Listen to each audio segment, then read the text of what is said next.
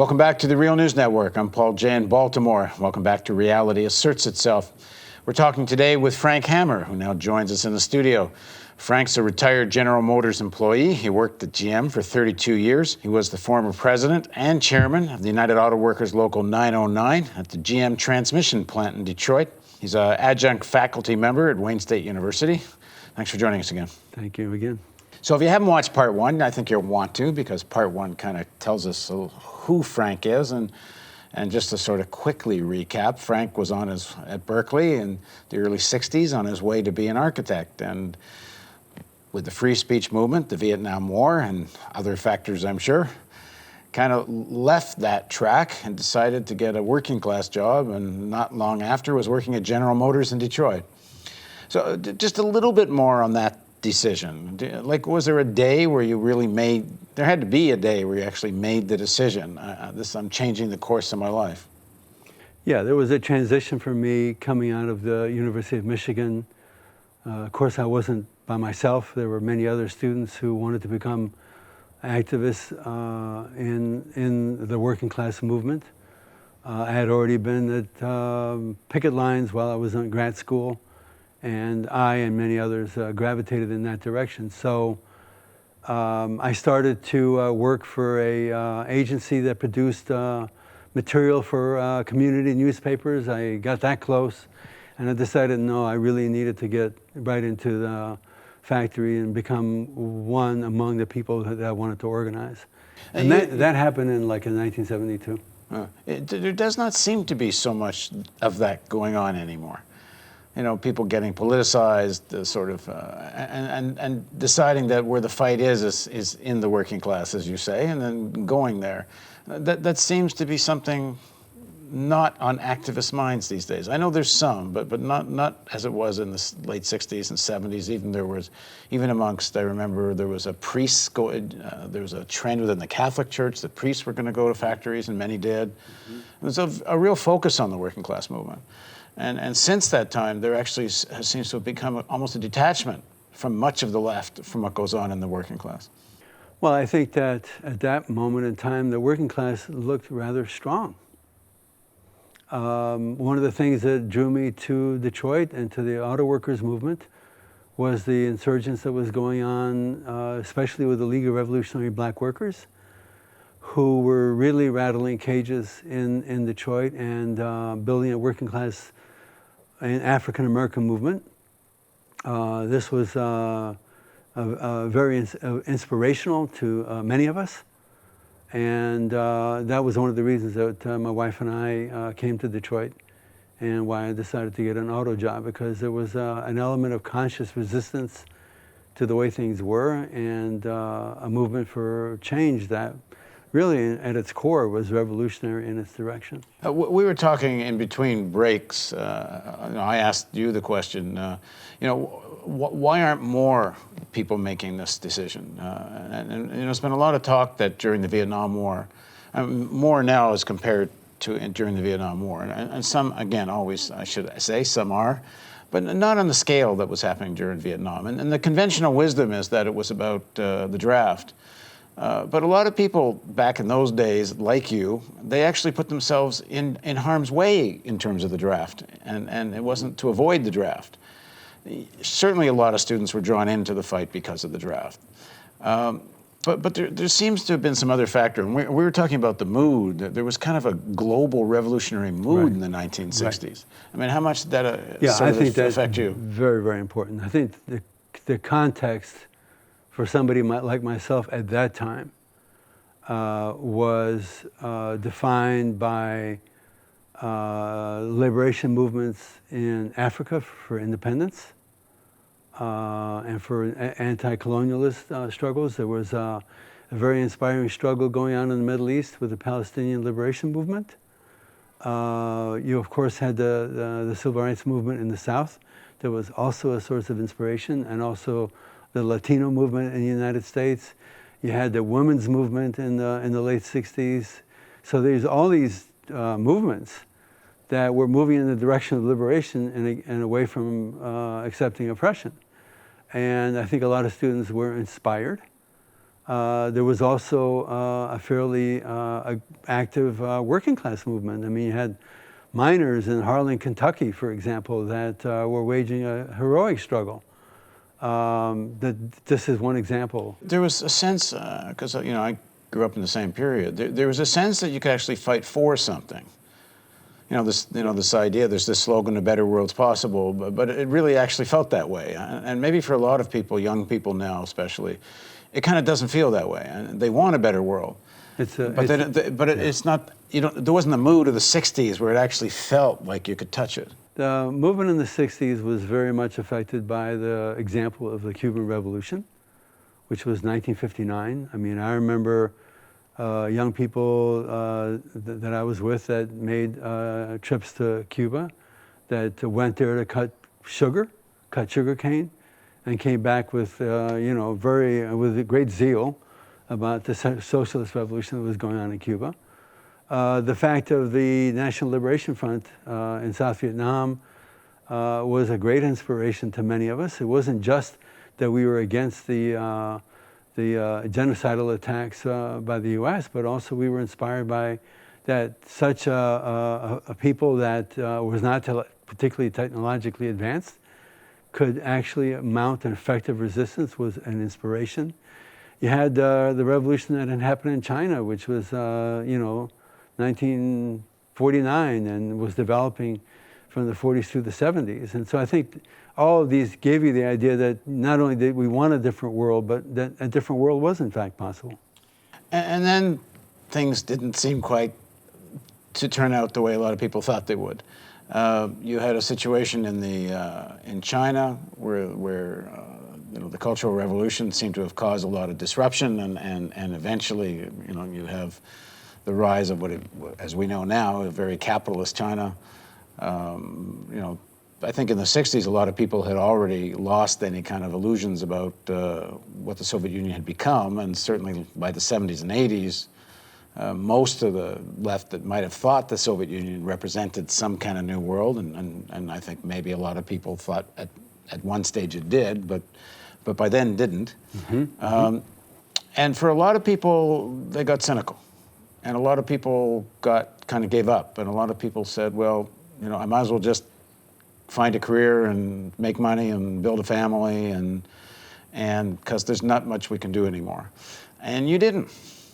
You were continued. You became president of local, and you were, as far as I understand, you didn't miss a beat in terms of the level of intensity of your activism. Why? Well, I think that first of all, I think we have to understand that the world of the auto worker in the early '70s, when I first hired in, is very different from the one we have now. Then you could literally walk out of one factory and walk into the other and pretty much get a job, okay? That's not, the material reality is very different these days, right? My union in the '70s was 1.5 million strong.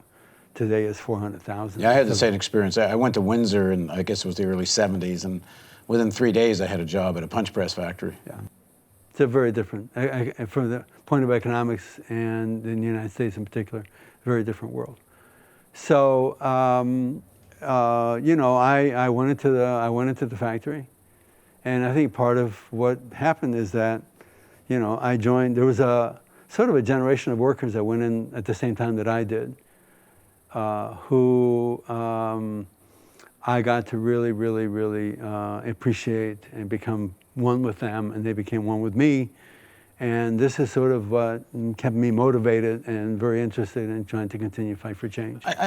My experience working in big plants and big, I worked as well. I mean, it wasn't so much a conscious decision to go get a working class job. I just needed a job, and that was the only job I was qualified for. I worked on the railroad, I drove a truck and all this. But walking into one of those big, like the punch press factory, one of these big industrial places, you understand class and class struggle in a completely different way. It's not some abstraction. Right. It's not a theoretical concept. Right. It's like every single moment, the intensity of, can they make you work this much faster? Can the foreman breathe down your neck this much more? Correct. But it's big. Like I think the one I was in must have been about 1,500 or 2,000 workers. The scale of the whole thing. Yeah. Yeah, I think that that's part of where the strength of the working class at that moment in time, that we could, you know, that you could experience it. I mean, my factory, the second factory I worked in was 4,000 workers. Well, that's massive. And not only that, but we worked shoulder to shoulder on some of the parts, some of the departments in the factory. I mean, we worked on assembling rear axles, and you know, we were literally rubbing elbows. So there is a certain element of strength that we see collectively in numbers, right? Today I visited my factory not too long ago, and if you look down the aisle, you don't see workers, you know, you see machines. So, and then we're down to 400 people. So it's a different 400. 400, down from 4,000. 4,000 to 400. Yeah. And that's not unusual. That's actually typical for the plants that have remained open. Yeah. So, I mean, obviously, your life story is a long story, and we can't do the whole life story. But one thing that happens to you as an activist in the union, which I think is sort of critical to understanding you and the politics of Detroit, is that you start coming more and more into conflict with the leadership of the United Auto Workers. And you start, essentially, your fight is almost, and sometimes, if I understand correctly, as much against the UAW leadership as it is against GM, because I guess you saw them as in alliance with each other. When does that become clear? Probably the day I walked into the factory. And I had some understanding of the role of the UAW before I went into the factory, so it wasn't news for me. But, you know, I think that the UAW had, even under Ruther, and I think it's very important to understand Ruther correctly, had embarked on this social compact with the employers, and the theory was, you scratch my back and I'll scratch yours. And I think that maybe for a time that was operative. And I don't know, from early on in my life, I believed in really practicing democracy and democratic practice, and that's where we bumped heads. Yeah, we're in Baltimore, so if you're hearing a siren, this is part of being in Baltimore. We're building a new studio, and once we do, you won't hear all this, but right now, lots of sirens in Baltimore. So anyway, so a lot of the fights were about participation by the rank and file. The UAW has, from the time that I've been in the factory, wanted to run an operation sort of like as a service model, so that you know, you leave it to us, we take care of it, and you, in the meantime, you just do your job and so on. And my concept of unionism was very different. It was, no, we are the union, and if we're going to be the union, we have to be engaged in the decisions of the union, and through education, we become much stronger and much more committed as a union to the concepts of solidarity, to the concept of militancy, to the concept of fighting for one's rights collectively. So that's where we ran into conflicts, and I became kind of a thorn in the UAW's leadership side. And we did have ongoing wars, and oftentimes I would encounter the war more with UAW leadership than I would with the company, although never mind, I was always in the fight with management. now there's one of the critiques of not just UAW, but to some extent many, if not most, auto workers themselves, is that they had it pretty good. I mean, even though there was an intense fight, and one of the reasons auto workers had it pretty good is because auto workers, you know, got organized early, you know, in terms of 1930s and such, and there was a massive fight to establish the auto workers union, you know, including gun battles and such, and you know, if people want to look into that history, it was a fierce war to establish the unions. But by the time you get into the 60s and 70s, auto workers are amongst this privileged tier of the working class that do have well-paid jobs and good pensions and good health care, and it's, you know, normal for an auto worker to afford a cottage and know their kids are going to go to university. On the other hand, you get elected as president and chairman of a local for 9 years, and you're a pretty open lefty. Yeah. So how does all that jive? Because you would think there'd be more conservative politics amongst the auto workers, given how well they were doing. My plant had a fairly conservative tradition before I arrived, so you're absolutely on point. There are UAW locals that have a history of militancy, and it would have been much easier to understand. I think that it had a lot to do with really being in tune with workers' interests and understanding what they were and understanding how to sort of give it back to them in a way that they understood it. And I think that we ran into this problem in regards to, for example, the divisions between production and skilled trades. So that skilled trades were certainly the more elite element of the auto workers movement. And there was a lot of conservatism there. Now, for auto workers on the whole, I mean, and I knew, you know, as I say, I worked in a punch press factory, and I got to know a lot of auto workers. In fact, I guess I was one for a while. It wasn't just, we were making floor panels, you know, and punching holes in them. There was, the place was known as the finger factory, because it used to be you put a thing in and then you hit the button, put a thing in and hit, and then one time you would do this and lose a finger, and then you get to be a foreman. Because instead of paying more workman's compensation, they promote you to be foreman. There wasn't a foreman in the place that had 10 fingers. Generally speaking, the auto workers I knew, and this is both on the American and the Canadian side, they thought this gravy train was going to go on forever. And, you know, they were militant in terms of fighting for their own interests. Not everybody, but many. But it was still about, you know, what's good for auto workers. When does it start becoming clear to you that this gravy train isn't going to last forever? That this actually, at least the way the industry was being run, was going to be going into decline? Well, it was already in the early 80s that the UAW leadership said, oh, we have to reopen our agreements and we have to begin to make concessions.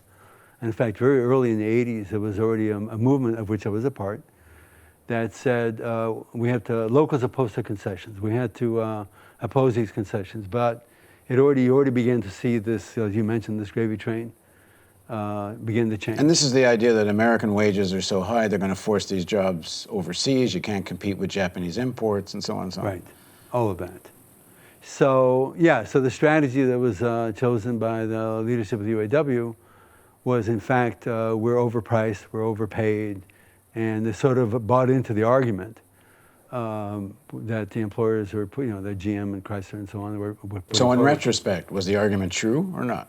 I think the argument was more complicated.